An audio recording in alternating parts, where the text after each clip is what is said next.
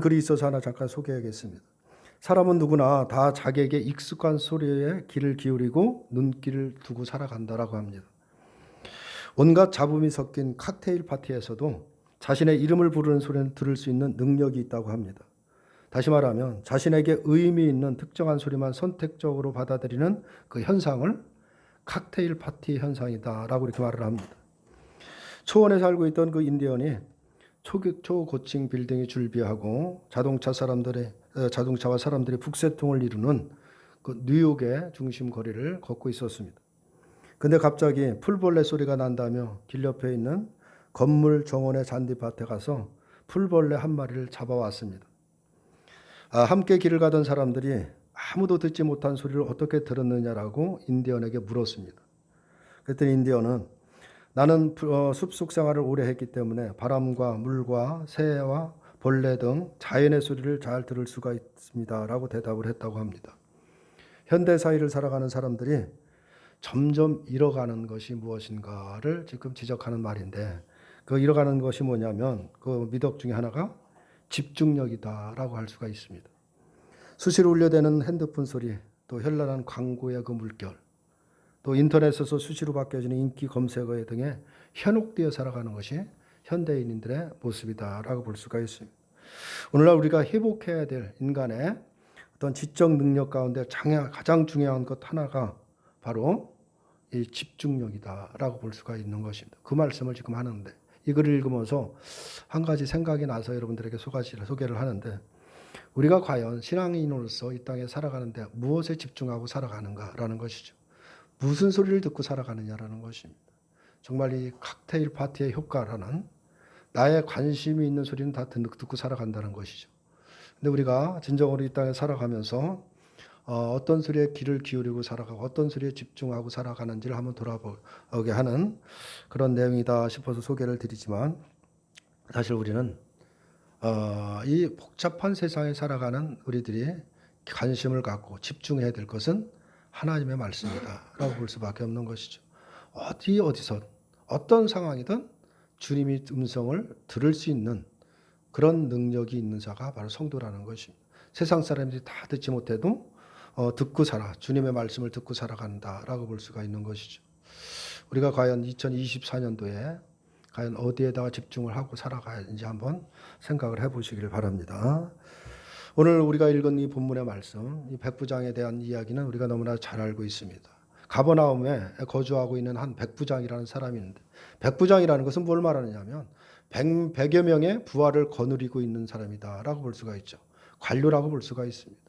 그래서 한 지역을 담당하고 어떤 모든 치안을 담당하고 있는 사람이라고 볼 수가 있는데, 그 백부장이 거느리고 있는 사람 중에서 한 종이 있었는지 몇 명이 있는지 모르겠지만, 사랑하는 종이 병들어 죽게 돼서 결국 예수께 사람을 보내 종을 구하달라는 요청으로 시작하는 것이 오늘 본문의 내용이다라고 볼 수가 있습니다.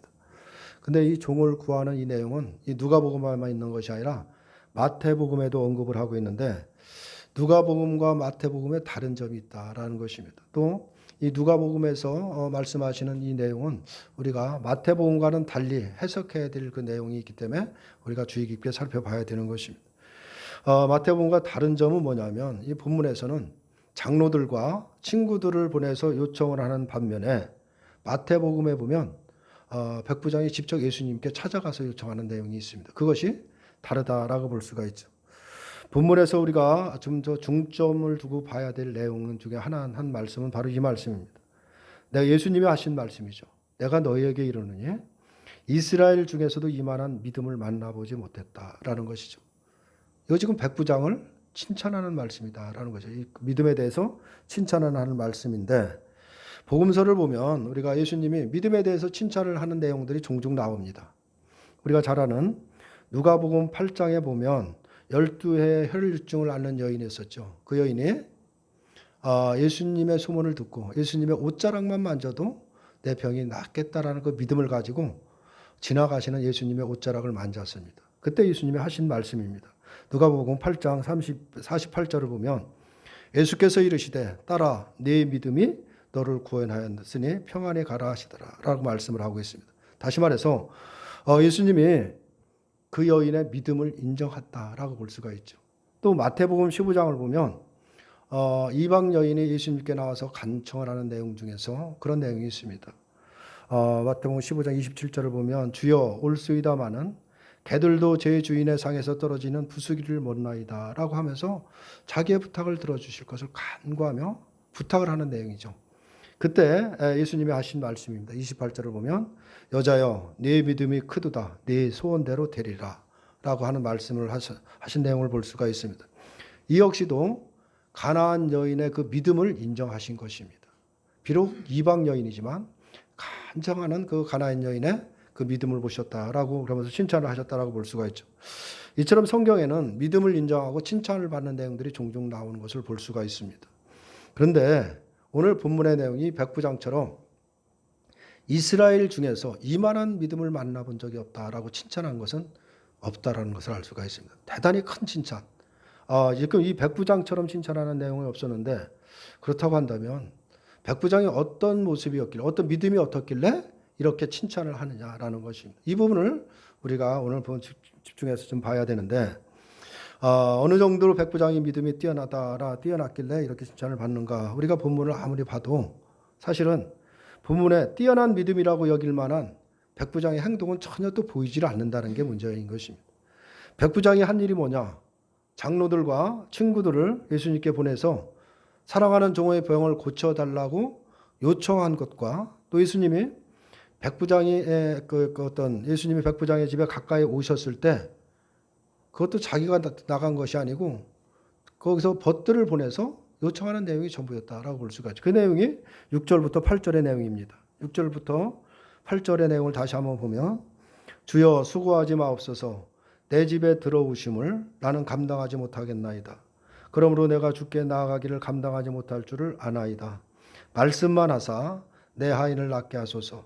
나도 남의 수하에 든 사람이요 내 아래에도 병사가 있으니 이더러 가라 하면 가고 저더러 오라 하면 오고 내 종더러 이것을 하라 하면 하나이다 라고 하는 이 말씀이 전부라고 볼 수밖에 없죠. 이것이 백부장의 한 행동이다 라고 볼 수밖에 없는 것입니다. 그런데 예수님이 이 말씀을 전해 듣고 놀랍게 여기시면서 따르는 무리에게 그 같은 칭찬의 말씀을 하셨다라고 볼 수가 있습니다. 이것을 보면 백부장의 믿음이라는 것은 벗을 보내서 예수님께 전한 말에서 드러난다라고 볼 수가 있는 것입니다. 그렇다고 해서 가서 말만 잘하면 된다라는 어떤 의미로 우리가 이해할 수는 사실 없는 것이죠. 사람을 보내서 사랑하는 종을 고쳐달라는 요청을 했다면 예수님이 어떤 분이신지를 알은 거죠. 알고 그 소문을 이미 들었고 멀리 있어서 장로들과 친구들을 보냈다라고 한다면 이제 집 가까이 오셨다는 소문을 들었습니다. 들었다고 하면 그 전가를 받았을 때 어떻게 해야 되겠느냐라는 것이죠. 그건 당연히 백부장이 예수님이 오시는 길에 나가서 당연히 맞이해야 당연한 것이 아니냐라는 것이죠. 그것이 우리가 생각하는 일반적인 우리의 생각일 수밖에 사실 없는 것입니다. 그런데 백부장은 집에 가까이 왔다는 소문이 듣자 벗들을 보냈다라는 말씀을 하고 있습니다. 그 이유는 백부장이 예수님이 자신의 집에 들어오는 것도 자기가 예수님 앞에 나아가는 것조차도 감당할 수 없을 정도로 바로 예수님을 귀한 분으로 여겼다라는 것을 알 수가 있는 것입니다.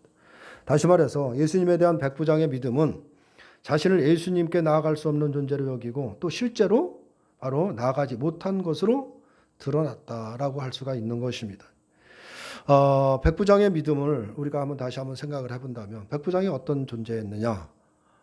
어떻게 보면 요즘으로 말하면 군대로 말한다고 한다면 중대장급의 어떤 지위를 갖고 있었다라고 볼 수가 있는 것입니다.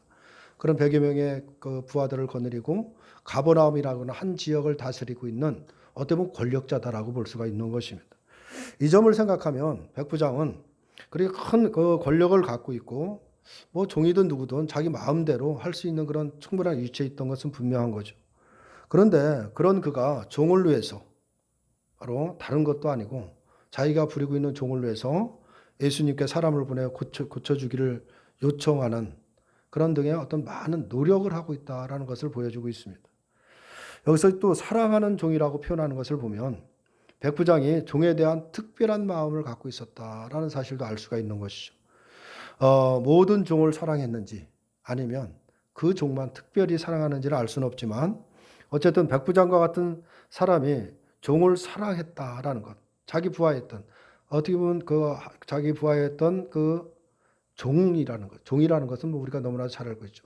그 종을 위해서 그렇게까지 열심을 내고 있다라고 하는 것을 보면 그 당시 사회에서는 일반적인 모습은 아니다라고 볼 수밖에 없습니다. 종은 재산으로 그냥 취급했던 것이기 때문에 만약에 종이 병들어 죽었다라고 한다면 그냥 재산의 어떤 조그만 손실 정도로 여기는 것이지 그 종에 대한 그런 백부장처럼 그런 행동이라는 것은 사실 일반적인 것은 아닌 것은 분명합니다. 그래서 그런데 종은 그 백부장이 종을 사랑했고 병든 종을 고치기 위해서 많은 노력을 기울이는 것은 무엇을 보여주느냐? 종에 대한 시각이 달랐다라는 것을 보여주고 있는 것입니다. 일반적인 시각과는 다른 시각을 갖고 있었다라는 것을 그대로 보여주고 있습니다. 백부장에게는 주인과 종에 대한 차별이 없다라는 것을 지금 보여주고 있는 것입니다. 그래서 5절에서 그가 우리의 민족을 사랑하고 또한 우리를 위하여 회당을 지었나이다 이 말하는 것을 보면 종뿐만이 아니라 사실 이 백부장이라는 사람이면 이방인이거든요. 유대인이 아닙니다. 로마의 관리로 로마에서 그 지역을 다스리라고 그 어떻게 보면 관리로 그 지역을 다스리고 있는 한 사람이 이방인에 불과한데 유대인이 아닌 것입니다. 근데 그 시각이 뭐냐? 종에 대한 시각이나 또 유대인들을 대한 시각이나 전혀 차별이 없다는 것을 알 수가 있죠. 그가 그 가버나움 지역을 다스리면서 유대인들이 필요한 회당이 필요하다면 회당을 지어줬다라는 것입니다. 그러니까 서슴없이 어떤 차별이 없이 모든 사람을 대했다라는 것을 그대로 보여주고 있는 것입니다. 종이든 유대인이든 백부장의 입장에서는 모두가 자신의 권력 아래에 있는 사람들입니다. 따라서 얼마든지 자신의 재산을 위한 또 자신의 어떤 이익을 위한 얼마든지 그걸 위해서 사용할 수 있는 충분한 위치에 있는 것이죠. 근데 그들을 자신을 위한 도구와 수단으로 여길 수도 있었는데 백부장은 종과 유대인을 사랑하는 것에서 차별을 두지 않고 있었다라는 것을 그대로 보여주고 있는 것입니다. 이것은 우리가 그냥 아주 간단한 일, 그럼 그만한 위치에서 있으면 얼마든지 할 수 있는 그런 일이 아닌가 우리가 생각할지는 몰라도 사실 이것이 쉬운 일이 아니다라는 것을 우리가 생각해야 됩니다. 왜냐하면 우리의 생각을 우리의 입장에서 한번 본다고 한다면 우리가 어떻게 살아가는가를 보면 금방 답이 나오는 것입니다. 우리가 얼마나 조그마한 권력을 갖고 있고 조그마한 지위를 얻으면 그 권력과 지위를 행사하고 살아가는 사람이 바로 우리들이다라는 것을 너무나도 잘 알고 있습니다. 사람을 경쟁의 대상으로 보면서 항상 타인 위에 서려고 하고 타인 위에 군림하고 또 나와 너는 다르다라고 하는 차별의식을 갖고 살아가는 것이 어쩌면 우리들의 모습이다라고 볼 수밖에 없는 것입니다. 그런데 우리들의 입장에서 백부장이라는 사람은 사실 쉽게 이해가 될 수 없는 사람이다라고 볼 수밖에 없습니다. 우리는 어떤 시각으로 살아가느냐. 우리가 늘 바리새인들, 유대인들 그 바리새인들을 얘기했지만 바리새인 시각으로 우리가 살아가지 않는가. 유대인들의 시각으로 살아가지 않는가. 우리가 한번 생각을 해봐야 되는 것입니다. 우리가 잘 아는 바리새인들은 바로 그와 같은 시각으로 사람을 대했다는 것을 잘 알고 있습니다. 그들은 세리와 창녀들 같은 사람들은 아주 악한 죄인으로 규정을 하고 저주를 받을 사람으로 여겼지만은 자신들은 의인으로 여겼다라고 볼 수가 있는 것이죠. 또 이방인들도 마찬가지입니다. 자신들은 선민사, 하나님 택한 백성이고 이방인들은 결국 멸망을 받을 사람들, 저주를 받을 사람들이라고 차별을 두고 있던 사람이다라고 볼 수가 있습니다. 이들에게서 하나님은 어떤 하나님이냐? 바로 자신들과 죄인을 차별해서 대하시는 하나님이고 이방인과 또 유대인 또한 차별하시고 장차 이방인들은 멸하시고 유대인들을 구원하시기 위해서 메시아를 보내줄 하나님으로 생각을 하고 있었던 것입니다. 하지만 하나님이 보시기에는 바리새인이나 서기관 역시 특별히 차별하여 사랑할 사람들이 아니었던 것입니다. 그들 또한 죄 가운데 있는 바로 사람들 뿐이다라는 사실인 것입니다. 그것을 깨닫지 못하고 있는 것입니다. 하나님은 유대인과 이방인을 차별하시지 않았습니다. 물론 바리새인으로 의인과 죄인을 구별해서 모든 사람을 구별하시는 분이 아닌 것입니다. 다시 말해서 인간의 행위에 따라 차별하시는 분이 아니다. 그것이 하나님이신 것입니다. 왜냐하면 모든 인간은 죄인에 불과한 것이고 결국 멸망받아야 마땅한 존재이기 때문에 그런 것입니다. 인간이 무엇을 하든 그걸 갖고 그 행위를 두고 차별하시는 분이 아니다라는 것을 우리가 분명히 깨달아야 되는 것입니다. 하나님의 구속의 일에는 사람과 사변에 차별이 없는 것입니다. 만약에 있다라고 한다면 이 세상과 타락한 이 세상과 바로 그의 나라, 하나님의 나라를 구분할 뿐이다라고 볼 수가 있습니다. 그러므로 믿음의 세계에서는 사람과 사별의 차별이 나타날 수 없고 예수님은 이 같은 믿음을 보여주시기 위해서 바로 오늘 백부장을 들어서 사용하고 계시다라는 사실을 우리가 주목해야 됩니다. 누가복음이 바로 데오빌리라는 이방인을 위해서 쓴 서신이라는 점을 우리가 생각을 해본다면 누가가 이 마태와는 다르게 모든 표현들을 조심스럽게 사용하고 있다라는 것을 알 수가 있죠. 마태복음에서는 그냥 종이라고 표현을 하고 있는데 이 누가복음에서는 특별히 사랑하는 종으로 이렇게 표현을 하고 있고 우리의 민족을 사랑하고 우리를 위해 희당을 지었다라고 말하는 의미도 이해할 수가 있는 것이죠. 말한 대로 이 백부장을 내세워서 유대인과 이방인이 차별함이 없는 하나님의 구원을 지금 말하고 있다라는 것을 우리가 생각을 해야 되는 것입니다.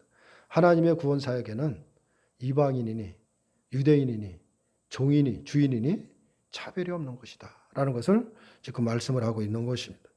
그래서 이스라엘 중에서 이만한 믿음을 만나보지 못했다라고 지금 예수님이 말씀을 하고 있는 것입니다. 다시 말해서 백부장의 믿음이 이스라엘 사람보다 더 뛰어나다고 칭찬하기 위해서 지금 칭찬을 하는 것이 아니라 이스라엘의 믿음은 그 믿음이 아니다라는 것을 지금 드러내고 있다는 사실을 우리가 기억해야 되는 것입니다. 여기서 우리가 한 가지 주목해야 될 것은 예수님이 비록 백부장의 믿음에 대해서 말씀을 하시지만 그가 예수님을 메시아로 알았고 장차 있을 예수님의 십자가의 사건에서 다 믿었다는 뜻으로 말씀을 하고 있는 것은 아닌 것입니다. 백부장이 비록 종의 병을 고치기 위해서 예수님을 초청했지만 그건 어디까지나 예수님의 소문을 들었기 때문이다 라고 볼 수가 있는 것입니다. 예수님이 수많은 병자들을 치료하시고 많은 이적을 행하시는 것을 소문을 듣고 바로 예수님의 능력을 믿었기 때문에 그를 초청했다라고 볼 수가 있는 것입니다.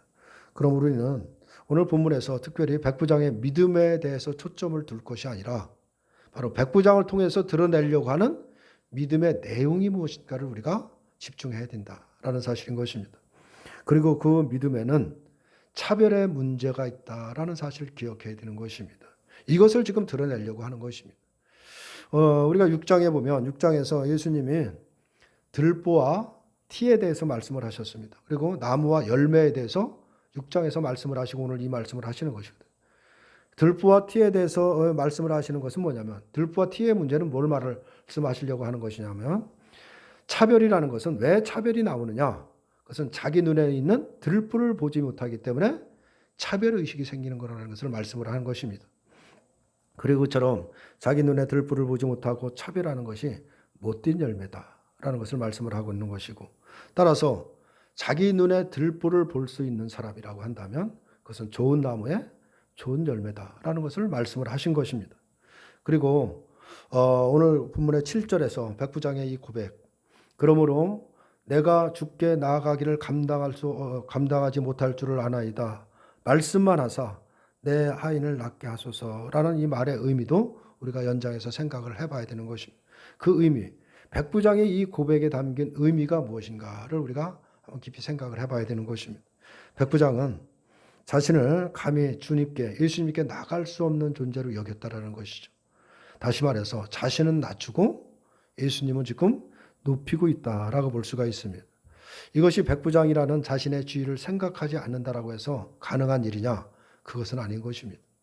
백부장이 자신의 지위와 힘을 생각하지 않았기 때문에 차별이 없는 것이라고 한다면 그것은 하나의 그냥 백부장의 어떤 교양이고 하나의 그냥 도덕적 정도로 생각하는 것이지 그 믿음의 문제는 아니다라는 것을 우리가 기억해야 됩니다. 그냥 어떤 그 백부장이 인격적인 것을 인격의 칭찬을 받을 만하지 믿음을 들춰낼 것은 아닌 것입니다. 또한 백부장이 자신의 지위를 생각하지 않는다고 해도 그것이 예수님을 바로 자신이 감히 나갈 수 없는 존재로 여기기까지는 하지는 않은 것은 분명한 것입니다. 그런 어떤 인격적인 문제가 그런 믿음에까지 나가게 하지는 않는 것입니다. 그렇다면 백부장이 예수님 앞에서 자신을 낮출 수밖에 없었던 이유가 무엇인가라는 것입니다. 그것은 예수님에게서 자신이 감히 함께 할 수 없는 절대적인 능력을 경험했기 때문이다라고 볼 수밖에 없는 것입니다. 누가복음 5장에서 예수님이 베드로를 부르실 때 베드로가 고백한 내용이 있습니다. 예수님의 말씀에 따라 고기를 잡아갖고 배가 가라앉을 정도로 가득 고기를 잡았을 때 예수님에게 베드로가 고백한 것이 있죠. 주여 나를 떠나소서 나는 죄인이소이다 라는 이런 고백을 합니다. 또 어쩌면 그런 부분에서 예수님이 어떤 분을 만남으로 인해서 자신이 어떤 존재인지를 깨닫게 된 것입니다. 그래서 나는 감히 주님과 함께 할 수 있는 그런 존재가 못 됩니다. 나를 떠나라고 하는 그런 고백이다라고 볼 수가 있습니다. 그리고 또 구약에 보면 이사야에 보면 예루살렘 성전에서 하나님의 임재와 영광을 경험한 그 이사야 선지자가 고백했던 내용이 있는데 그게 뭐냐면 나는 입술이 부정한 사람입니다 라는 고백을 한 것입니다. 성전에 임한 바로 하나님의 임재를 경험하고 나서 내가 어떤 존재인지를 깨닫게 된 것입니다. 나는 죄인입니다라는 것이죠. 감히 주님 앞에 얼굴을 들 수 없는 사람이다라는 것을 고백했다라고 볼 수가 있습니다. 이것을 보면 성경을 보면 하나님을 만나거나 하나님을 경험한 사람들, 하나님의 임재를 경험한 하나님을 만나는 사람들은 한결같이 보이는 반응이 있습니다. 그건 뭐냐면 자기를 낮추고 자기를 부인하는 것입니다. 왜냐하면 나의 존재를 깨닫기 때문이다 라고 볼 수밖에 없는 것입니다. 자신의 죄를 보기 때문에 그런 것입니다. 나를 보면 나는 죄인에 불과하고 죽어 마땅한 존재일 수밖에 없는 것입니다. 그런 존재임을 깨닫기 때문에 나는 아무것도 아닙니다. 감히 주님 앞에 나갈 수 없는 존재다라는 것을 고백하게 된다라는 것이죠. 이것이 바로 자기 눈에 들불을 보는 사람이다라는 것을 예수님이 말씀을 한 것입니다. 그렇기 때문에 자기를 부인하게 되고 자기를 낮추게 된다라고 볼 수가 있는 것이죠. 이것이 진심으로 예수님을 만나고 하나님을 경험한 사람들이다라고 볼 수가 있는 것입니다. 이것을 신약에 와서 바로 성도들의 영성이라고 말을 하고 있는 것입니다. 우리가 영성 많이 말을 하지만 진정한 영성이 무엇인가를 바로 여기서 성경에서 말씀을 하고 있는 것입니다. 우리가 영성이라는 말을 많이 하다 보니까 영성 훈련이라는 것이 또 등장을 하게 돼서 영성 훈련원을 세워서 성도들을 훈련시킨다라고 하면서 영성 훈련을 하는데 과연 우리가 말하는 영성 훈련이 뭔가를 한번 보면 우리가 말하는 영성 훈련은 성도들을 잘 훈련시켜서 하나님이 기뻐하시는 사람으로 만들어 보겠다라는 것이거든요. 그런데 영성 훈련의 목적을 보면 뭐냐? 대부분 영성 훈련의 목적은 인간을 좀 더 나은 사람으로 만들어 보겠다는 것입니다. 그것이 목적인 것입니다. 그런데 성경이 말하는 영성은 그걸 말하고 있는 것이 아닌 것입니다. 성경이 말하는 참된 영성은 뭐냐? 자기를 부인하는 것입니다. 자기를 낮추는 것입니다. 이것이 성경이 말하는 영성인 것입니다. 성도에서 가장 뛰어난, 이것보다 더 뛰어난 영성은 없다라는 사실을 우리가 기억해야 됩니다. 내게 더 나은 자가 되는 것이 아니라 나를 부인하고 나를 낮추는 것입니다. 나는 아무것도 아닌 존재이고 주님 앞에 감히 나갈 수 없는 그런 존재라는 걸 깨닫는 자. 다시 말해서 내 눈에 들불을 본 자가 바로 최고의 영성이다라는 사실을 우리가 기억해야 되는 것입니다. 그래서 하나님을 경험함으로써 내가 온전히 부인이 되는 것입니다. 그러면서 백부장처럼 나는 내가 주님을 만날 주님 앞에 나갈 나는 주님을 감당할 수 없습니다. 라는 그런 고백이 나오는 것이죠. 주님 말씀만 해주십시오. 말씀이면 충분합니다. 라고 하는 그런 고백으로 나아가는 것. 그것이 성령으로 되어진 성도의 참된 영성이다. 라고 볼 수가 있는 것입니다. 이런 점에서 우리도 예수님을 하나님이시고 구원자라는 믿음으로 신앙생활을 하고 있는 사람이다라는 사실을 생각을 해야 됩니다. 다시 말해서 우리의 믿음이 백부장의 믿음과 그 본질을 같이 할 수 있는가를 생각을 해봐야 되는 것입니다. 아니면 유대인들의 이 바리새인들의 믿음과 같은지를 우리가 한번 깊이 생각을 해봐야 되는 것입니다.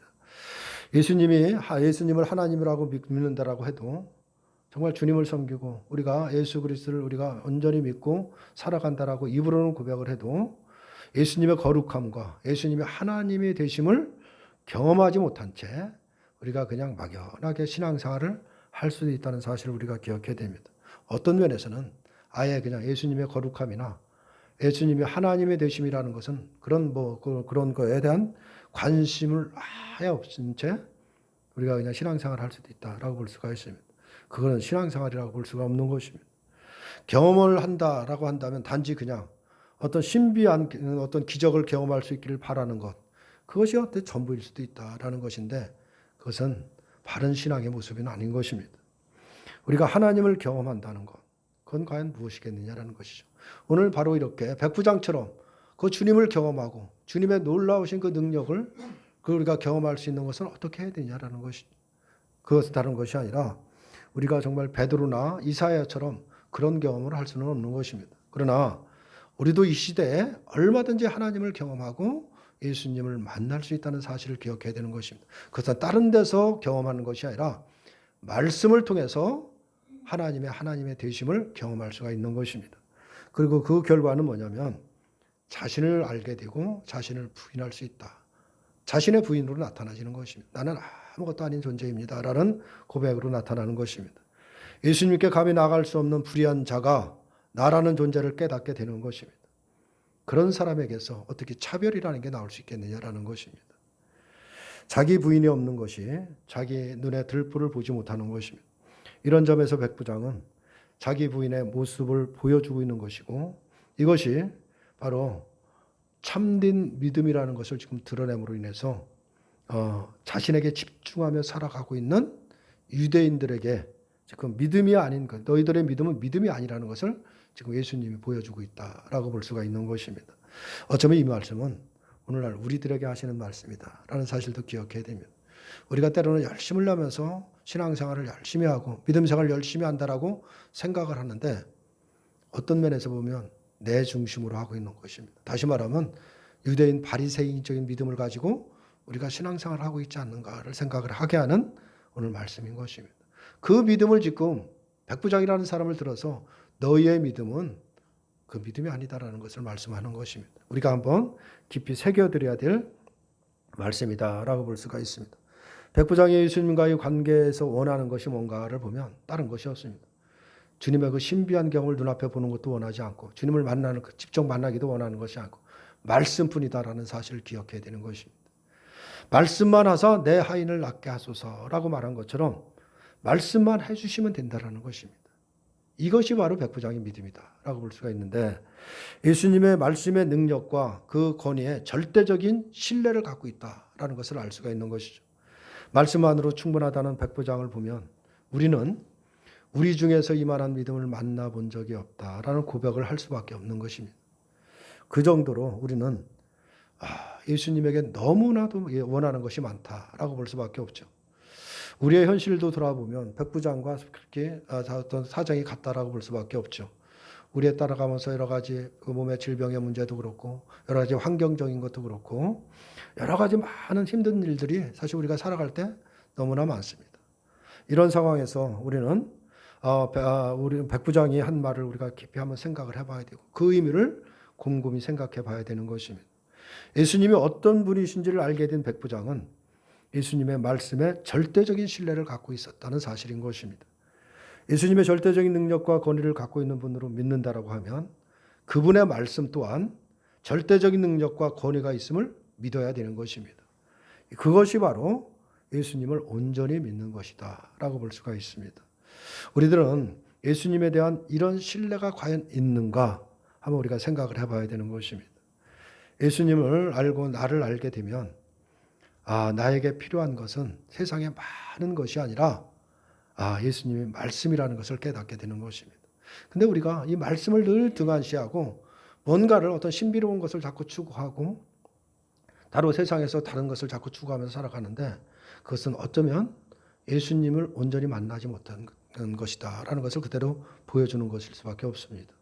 정말 주님이 어떤 분이신지를 우리가 온전히 깨닫고 그분의 말씀의 권위와 능력이 무엇인가를 우리가 바로 신뢰하고 있다고 한다면 우리는 주님에게서 요구할 것은 아무것도 없는 것입니다. 오직 말씀이면 됩니다. 말씀만 해주십시오 라는 이런 고백이 우리에게도 나오게 되는 것입니다. 왜냐하면 예수님의 말씀이 바로 나를 살리는 능력이 되기 때문에 그런 것입니다. 그 말씀이 바로 나에게 생명이고 빛이기 때문에 그런 것입니다. 그 은혜가 우리에게 있어야 되는 것입니다. 그래서 우리가 이 복잡하고 어려운 이런 어떤 혼돈의 세상을 우리가 살아간다라고 할지라도 우리의 관심은, 우리의 집중은 어디 오지 말씀에 있을 수밖에 없는 것입니다. 어떤 상황에 있을지라도 그 속에서 그 상황에서 주님의 말씀에 듣기를 원하고 우리의 모든 신경을 주님의 말씀에 귀를 기울이는 것입니다. 그래서 때로는 우리가 힘든 상황에 접했을지라도 주님의 말씀에 귀를 기울이고 그 음성을 들을 때 우리는 모든 환경 속에서 해방될 수 있다는 사실인 것입니다. 그것이 바로 하나님이 택한 백성들에게 주신 특권이라는 사실을 우리가 기억해야 됩니다. 그 특권을 내가 받고 있는데 우리는 그 특권을 왜 누리지 못하고 사는가? 우리가 한번 생각해 봐야 됩니다.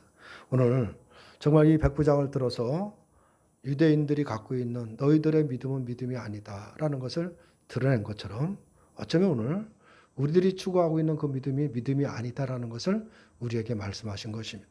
우리 하나님이 원하시는 참 믿음이라는 것이 무엇인가를 오늘 말씀을 통해서 우리에게 권면하시는 말씀인데 진정 우리는 무엇을 관심을 두고 무엇에 집중하고 살아가야 될지를 한번 깨닫게 하는 말씀인데 이 말씀을 통해서 다시 한번 우리의 삶을 돌아보시는 저와 여러분들이 되시기를 주님의 이름으로 축원합니다.